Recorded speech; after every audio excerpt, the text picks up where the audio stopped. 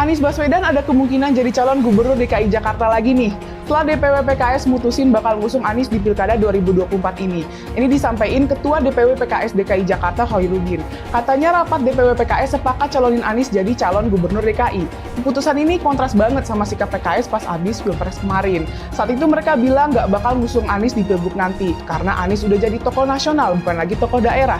Emang sih keputusan pencalonan Anies ini belum final, akan diputuskan oleh DPP PKS. Menurut Humas PKS Ahmad Mabruri, ada beberapa kandidat lain yang masuk radar, seperti Muhammad Sohid dan Mardani Alisera. Pencalonan Anies sebagai gubernur bikin khawatir sih. Kita ingat pas Pilkada 2017 lalu, Anies pakai politik identitas buat meraih dukungan warga Jakarta. Gara-gara itu, warga Jakarta bahkan masyarakat Indonesia jadi terpolarisasi. Kita nggak mau kondisi itu terulang lagi. Yuk, tolak politik identitas. Assalamualaikum warahmatullahi wabarakatuh. Hasil dari apa hasil dari reformasi 26 tahun yang lalu? Matinya demokrasi. Nepotisme yang pada saat itu adalah awal kejatuhan dari Orde Baru, malah hari ini muncul, dan itu banyak didukung oleh sebagian besar dari rakyat Indonesia. Apa akibat dari nepotisme? Banyak sekali korupsi, dan lihat, rakyat akan semakin susah. Jenjang dari jenjang ekonomi yang ada semakin jauh. Koruptor yang ratusan triliun hilang begitu saja. Emak-emak adalah yang paling merasakan akibatnya. Kami Ketua Umum Forum Komunitas Ustadzah Provinsi DKI Jakarta bersama mengharapkan kepada Pak Anies untuk siap menjadi Gubernur DKI, memimpin kembali Jakarta, karena kita melihat karyanya sudah nyata, dinikmati oleh seluruh rakyat Indonesia dari lapisan atas sampai lapisan paling bawah. Bahkan seluruh Indonesia dan mancanegara mengakui keberhasilan Pak Anies sebagai Gubernur Jakarta yang lalu. Ayo, jangan ketinggalan, semua dukung Pak Anies untuk kembali pimpin Jakarta. Ayo Pak, jangan tolak.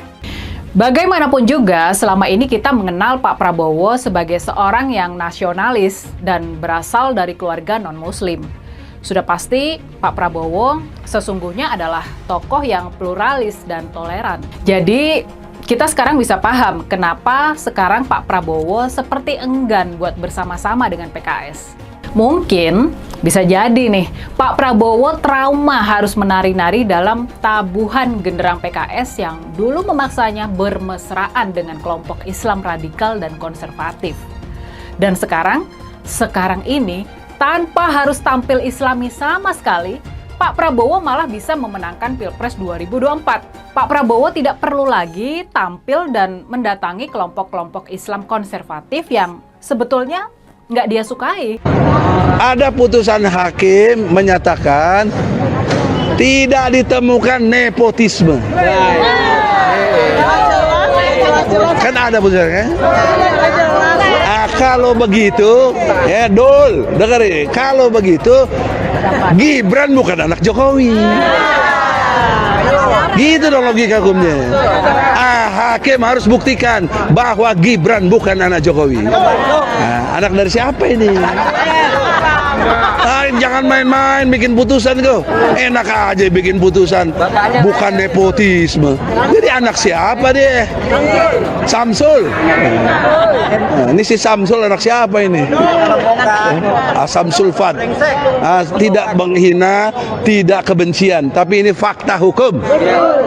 Oleh karena itulah ini disebut dagelan persidangan itu. Saya terus terang saja mengatakan, ya, saya udah katakan, kalaupun misalnya pemerintahan sekarang mengajak saya masuk dalam pemerintahan, saya udah tolak hari ini. Untuk yang otonom, saya akan mengatakan tidak, oke? Tetapi saya akan bilang juga sama Anies dan Muhaimin, Anda itu sudah dibantu, sudah ditolong, sudah disupport oleh banyak orang yang berharap Indonesia akan lebih baik dengan Anda. Kalau Anda gabung dengan pemerintahan, Anda menjadi pengkhianat. Kan begitu. Ini dengar ya, Anies dan Muhaimin, kalau Anda gabung dengan pemerintahan dan tidak mau menjadi oposisi, Anda pengkhianat.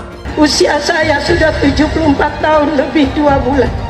Saya khawatir anak cucu saya tidak punya negeri nantinya, karena negeri ini akan dikuasai oleh Cina. dengan tentara-tentaranya sudah banyak di Morowali, bertengkar tentara Indonesia, tenaga kerja Indonesia dengan tenaga kerja Cina, yang mati anak Indonesia 100 orang, Cina cuma 1 yang ditangkap dan dipenjara anak-anak kita tenaga kerja Indonesia. Saya menangis, ini negeri siapa? Anakku, saudaraku, tentara, polisi, bangkitlah, sadarlah, minta pada Allah, datangkan kesadaran pada para ABRI. Kalian jangan membela yang salah. Kita pemilik negeri ini, bukan Jokowi dan keluarganya. Jokowi adalah antek-antek komunis. Antek-antek komunis. Betul atau tidak? Ayahnya adalah ajudan Aidit, dan ternyata sidang demi sidang mengadili tentang ijazahnya, dia tidak pernah kirimkan ijazah aslinya. Tandanya apa itu? Jadi saatnya dia harus turun, masukkan penjara, dia harus mendapatkan hukuman yang sebesar-besarnya. Dari sekian banyak penyampaian aspirasi, dari berjilid-jilid diskusi, belum ada solusi untuk negeri ini. Maka kami emak-emak atas nama aliansi masyarakat yang peduli dengan negeri ini, tidak ada jalan lain bahwa pemimpin yang rusak, pemimpin yang tidak tahu malu, hanya satu caranya, yaitu semuanya duduk di kantor DPR itu, duduk di sana, kuasai data dan minta kepada Puan Maharani untuk bukan memakzulkan Jokowi, tetapi lengserkan Jokowi, mundur Jokowi dari sebagai pemimpin. Apa gereja? Ini apa? Kok saya agama Islam Betawi. Kita dibohongin selama 10 tahun, pembohong lagi. Ada apa dengan gereja, Pak? Masalahnya Jokowi itu Cina banyak. Kita dibudakin zaman Soeharto, Cina lagi, jangan sampai Cina lagi. Nah, itu rasis itu. Zaman Soeharto nggak ada kecurangan, sah presiden. Ini pembohong, bohongin rakyat tau nggak? Jokowi itu apa sih? Jokowi itu apa? Ya Allah, dia itu seperti boneka golek, ditata ke sini ditata ke sini tapi sebenarnya lebih pinter anak saya loh. Bener apa enggak? Lebih pinteran anak saya, anak TK. Masa 1 ditambah 1 berapa? Dia bilang 11. 1 ditambah 1 gue 11. Otaknya di mana? Otaknya di mana? Goblok kalian, tolol kalian. Ngaku profesor, masa 1 tambah 1 kok 11? Goblok apa enggak? Tolol apa enggak? Saya menentang politik identitas karena bagi saya politik identitas dengan membawa-bawa agama itu mempermainkan agama. Kepada orang banyak katanya ngajak-ngajak, kalau ikut saya masuk surga, nyoblos saya masuk surga, tidak nyoblos saya neraka, tidak berhak disalati kalau mati misalnya. Ini mempermainkan agama. Emang yang punya surga kelompoknya pendukung Pak Anies? Hah? Iya. Ngapain lama-lama di dunia? Ngapain? Kalau katanya dijamin masuk surga? Yaitu Abah mengutus 1000 malaikat. 1000 malaikat. Dari 1000 malaikat, yang 1 malaikat membawa 1000 malaikat. Berapa itu jumlahnya? 1 juta. Kita akan mencoblos pilihan Allah dan Rasulnya. Siapa Imam Mahdi? Profesor Dr. Anies Rashid Baswedan. Itu Imam Al-Mahdi. Al-Imam Al-Mahdi 2024 memenangkan Anies Baswedan. Kenapa? Imam Mahdi. Semua sedunia kalau haram tidak mendukung Anies untuk Presiden Indonesia 2024, Dajjal. Kalau tidak memenang Anies Baswedan untuk Presiden, dua Dajjal. Catat itu, amin menang wajib, amin kalah dosa. Secara eksplisit ditulis dalam Al-Quran. Quran surah Al-Qasas ayat 26, Quran surah Asy-Syu'ara ayat 107, 125, 143, 162, 178, 193. Quran surah Ad-Dukhan ayat 18, ayat 51, Quran surah At-Takwir ayat 21, dan Quran surah At-Tin ayat 3. Tepuk tangan untuk kemenangan, amin. Amin menang, amin kalah. Catat itu. Hamba itu namanya Anies Baswedan. Dia akan panggil malaikat Jibril. Wahai Jibril, aku mencintai hambaku yang insya Allah namanya Anies Baswedan. Kabarkan kepada seluruh umatku, seluruh makhlukku, bahwa aku mencintai Anies Baswedan. Maka Jibril akan mengatakan kepada seluruh makhluk di langit, seluruh makhluk di bumi, cintailah Anies Baswedan. Maka insya Allah makhluk di langit dan makhluk di bumi semuanya akan mencintai Anies Baswedan dan mendoakan pada 14 Februari insya Allah Anies Baswedan Presiden Republik Indonesia. Siap Bekasi memenangkan Anies Baswedan 80%? Siap menang satu putaran? Saya tidak mau pemimpin masa depan menyalahkan angin di kemudian hari. Anda kalau nyindir lain kali jangan pakai angin, Mas. Mau bilang lagi, jangan salahkan angin. Saya kan sampaikan soal angin ya kemarin. Angin tak ada KTP-nya. Angin itu bergerak dari sana sini. Ketika polutan yang muncul dari pembangkit listrik tenaga uap mengalir ke Jakarta, maka Jakarta punya indikator, karena itu Jakarta mengatakan ada polusi udara. Ketika anginnya bergerak ke arah Lampung, ke arah Sumatera, ke arah Laut Jawa, di sana tidak ada alat monitor. Ada orang yang bilang jangan cerita soal angin, maka dia tidak menghormati ilmu pengetahuan. Soal pembangunan yang berkelanjutan. Dia bilang di Jakarta dia udah meneruskan yang udah baik. Lu jangan percaya ya, itu ngibul. Faktanya nggak seperti itu loh. Belum lagi nih, program penanggulangan banjir. Jadi di daerah Jakarta itu ada daerah yang sebelumnya udah bebas banjir. Pas Anies mimpin, kok bisa-bisanya daerah itu banjir lagi? Gimana nggak banjir kalau kalinya udah nggak pernah dikeruk sama dibersihin, Pak? Kalau soal Jakarta, gue bisa bicara banyak deh. Jadi gue saksi bobroknya kepemimpinan Anies di Jakarta. Dan gue bisa pastiin, omongan manisnya Anies soal apa yang dia lakukan waktu mimpin Jakarta itu banyak ngibulnya. Saya mensyukuri kenapa kalah, kenapa ditahan. Saya bersyukur atas itu semua. Saya coba bayangkan ya, kalau seandainya waktu itu kita menang gitu ya, hari ini belum tentu kita bisa nikmati seperti ini. Kita bersyukur 5 tahun Tuhan izinkan kasih ke orang yang pintar ngomong untuk kerja. Coba kalau kita bayangkan gitu ya, kalau kemarin saya masih jadi gubernur, ini saya udah turun ini. Tapi yang pintar ngomong itu dikira orang hebat kan? Ini lebih berbahaya tahun 2024, langsung ketahuan karakternya. Langsung ketahuan itu. Di saya juga ada kutipan Pak di kamar saya Pak. Tulisannya, Jakarta telah mengambil keputusan yang fatal. DKI yang kita harapkan, Anies Baswedan yang begitu jelas Islamnya. 4 tahun 8 bulan jadi gubernur. Mana peraturan pergub saja yang melarang miras? Mana perda Islam apalagi? Yang akhirnya tidak berani juga menegakkan hukum Islam. Banjir tetap banjir, macet tetap macet. Kriminalitas Jakarta, Anda tahu 2 menit sekali terjadi pencurian. Sekarang orang sedang euforia, dia mau dicapreskan.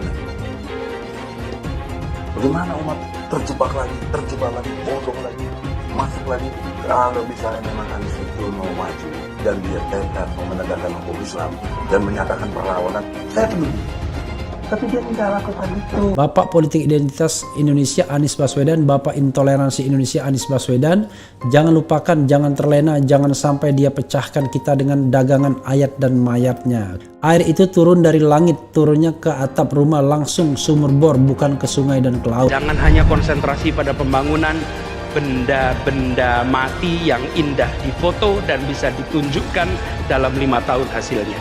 Kalau kita mau menilai sebuah janji, maka lihat janjinya, lalu lihat kenyataannya. Dulu janjinya apa ya? Dan ini aneh, betul-betul aneh. Ini bukan kampanye, tapi saya sampaikan sini. Di satu sisi menyiapkan jalur-jalur air untuk dikirim ke laut, di sisi lain di lautnya dipasang dengan pulau reklamasi, tinggal tunggu waktu jadi rob, air mali. Dan ini melawan sunnatullah. Kenapa? Air itu turun dari langit ke bumi, bukan ke laut. Harusnya dimasukkan ke dalam bumi, masukkan tanah. Di seluruh dunia air jatuh itu dimasukkan ke tanah. Bukan dialirkan pakai gorong-gorong raksasa ke laut. Jakarta telah mengambil keputusan yang fatal. Bukan banjir, itu memang parkir air. Bukan banjir, itu memang parkir air. Masyarakat berkeliling dengan membawa toa untuk memberitahu semuanya, termasuk sirine. KAI-BON 82 miliar. Apa alat transportasi yang dimiliki oleh hampir setiap orang? Alat transportasi yang dimiliki semua orang adalah kaki. Kalau seandainya orang Jakarta percaya Pak Anies jadi gubernur pun, saya berani jamin kok dia akan lakukan normalisasi yang sama seperti saya lakukan kok. Nggak usah bohong lah. Ketika air sampai di muara, maka siap untuk dipompa ke laut. Pancasila Soekarno, ketuhanan ada di pantai. Anak Tuhan dari mana? Kalau Yesus anak Tuhan, bidangnya siapa? Besok di seluruh wilayah Indonesia kami katakan dan Iblis hanya menggoda orang yang beriman. Makanya jarang-jarang orang kafir kerasukan setan. Yang kerasukan setan itu orang baik-baik. Jarang, saya belum pernah nengok Cina kerasukan setan. Pernahkah Ahok itu kerasukan setan? Enggak, setannya juga. Karena sesama setan dilarang saling menggoda. Karena di salib itu ada jin kafir. Haleluya. Kepalanya ke kiri apa ke kanan?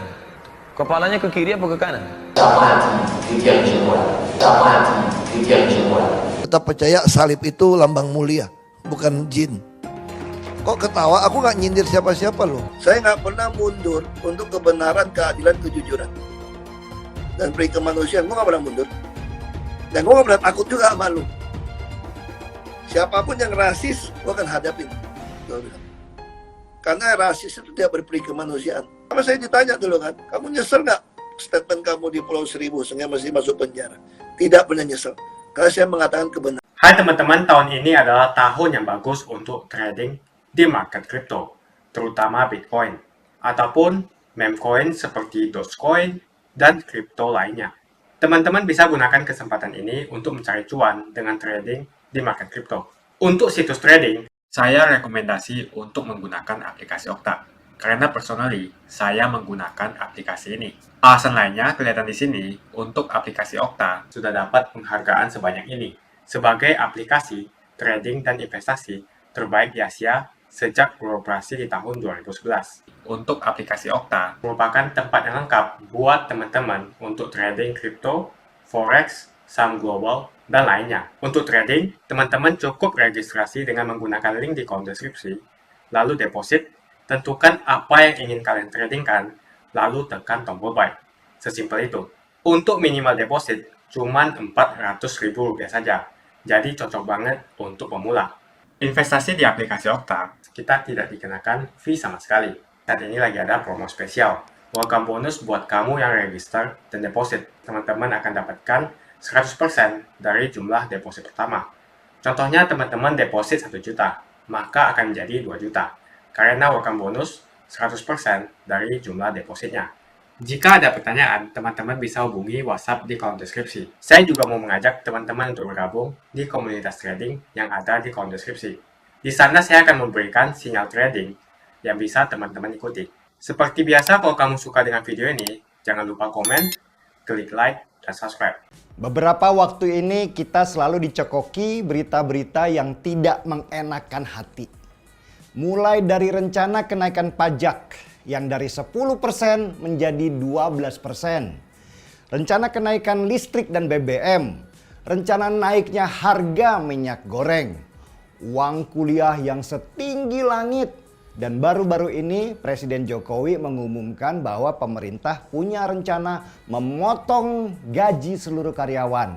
Baik itu karyawan negeri maupun karyawan swasta. Sebesar 3% dari total gaji. Dan dimasukkan ke dalam satu unit bisnis pemerintah yang bernama Tapera atau Tabungan Perumahan Rakyat. Itu artinya Kalau kalian pegawai negeri ataupun swasta, gaji kalian akan dipotong 3% lagi sesudah dipotong pajak penghasilan dan BPJS dan potongan-potongan lain termasuk potongan pinjaman ke perusahaan kalau ada pinjaman. Menarik kan? Ada potongan lagi dari gaji di luar potongan-potongan lainnya. Jadi bukan itu saja yang dikhawatirkan dengan pemotongan gaji sebanyak 3% itu. Kita sudah paham semua bahwa jenis pemotongan gaji ini sudah berjalan lama di unit-unit usaha pemerintah sebelumnya. Seperti di Asabri dan Jiwasraya. Uang dari rakyat dikumpulkan sebanyak-banyaknya dan dikelola oleh pemerintah lewat produk-produk investasi seperti saham, obligasi, dan lain-lainnya. Dan hasilnya, dana pensiun di Asabri dikorupsi sebesar 23 triliun rupiah.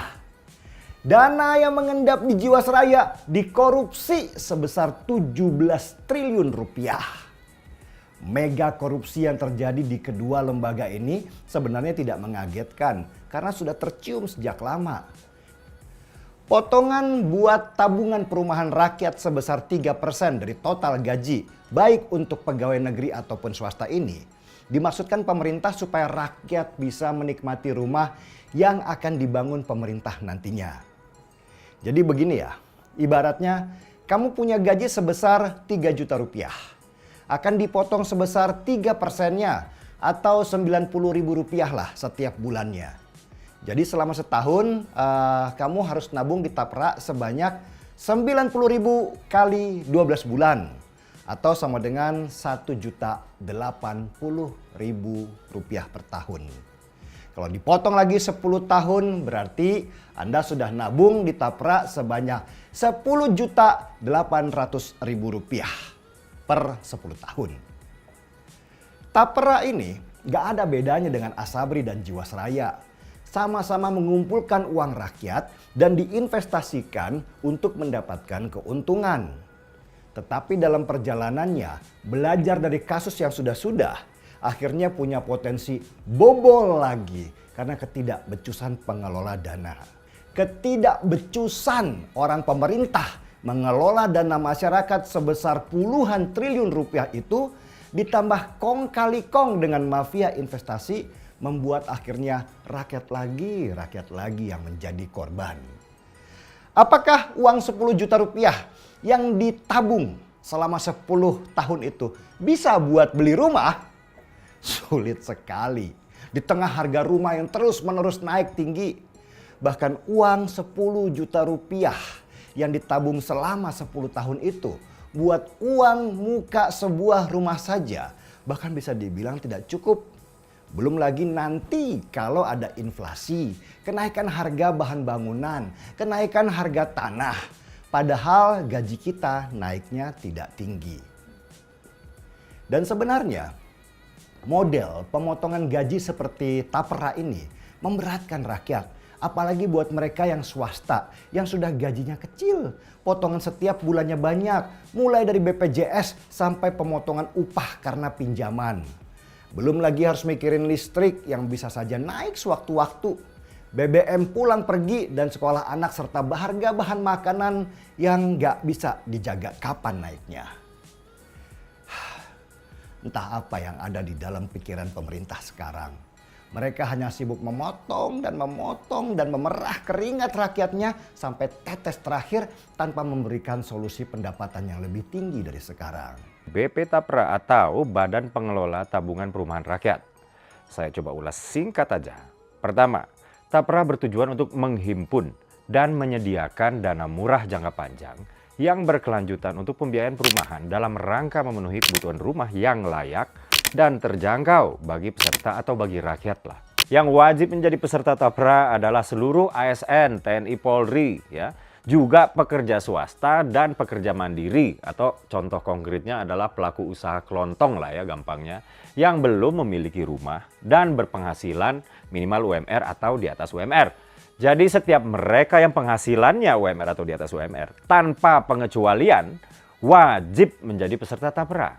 Nah, ini justru yang mau saya bahas, yaitu frasa wajib, ya, wajib W-A-J-I-B menjadi peserta tapera. Lalu bagaimana mekanismenya? Begini, peserta tapera ditarik semacam simpanan, ya, uangnya ditarik sebesar 3% dari gajinya, di mana 2,5% dibayarkan oleh si peserta dan 0,5% sisanya dibayarkan oleh si pemberi kerja atau perusahaan tempat si peserta itu bekerja.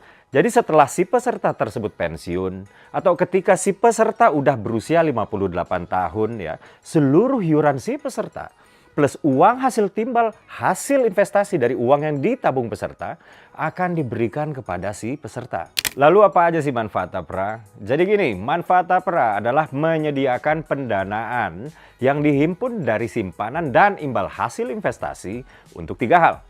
Pertama, untuk pembiayaan membeli rumah, ya, misalnya untuk DP rumah, untuk cicilan rumah, ya, misalnya begitulah. Nah, yang kedua untuk pembiayaan membangun rumah. Jadi kalau yang pertama itu untuk beli rumah, yang kedua untuk bangun rumah. Nah, ini nih, yang ketiga adalah untuk renovasi rumah. Tujuan dan manfaatnya sih bagus, ya. Nah, sampai sini, ya, saya pikir kalau pengelolanya nggak korup alias akuntabel, ya bagus-bagus aja sih.